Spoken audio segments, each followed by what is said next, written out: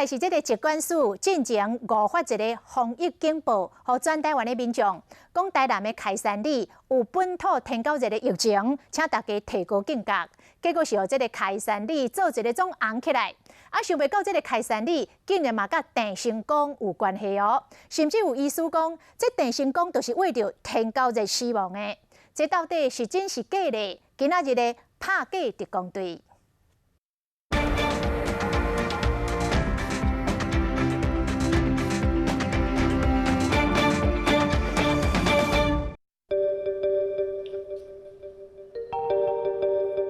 郑成功患登革出血热而死，真的假的？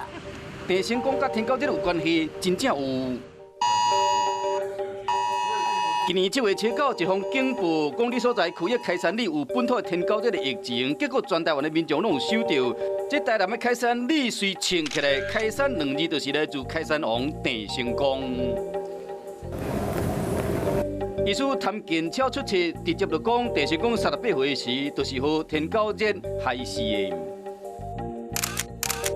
依照谭建超医师的论点，郑成功病发的时间都是伫热天，伊人伫台南地区高温高湿，正符合天狗热的环境。郑成功的亲信伫几天后嘛死亡，更加增加死亡传染病可能。再加上由于发病到死差不多1礼拜尔，有文献更加记载。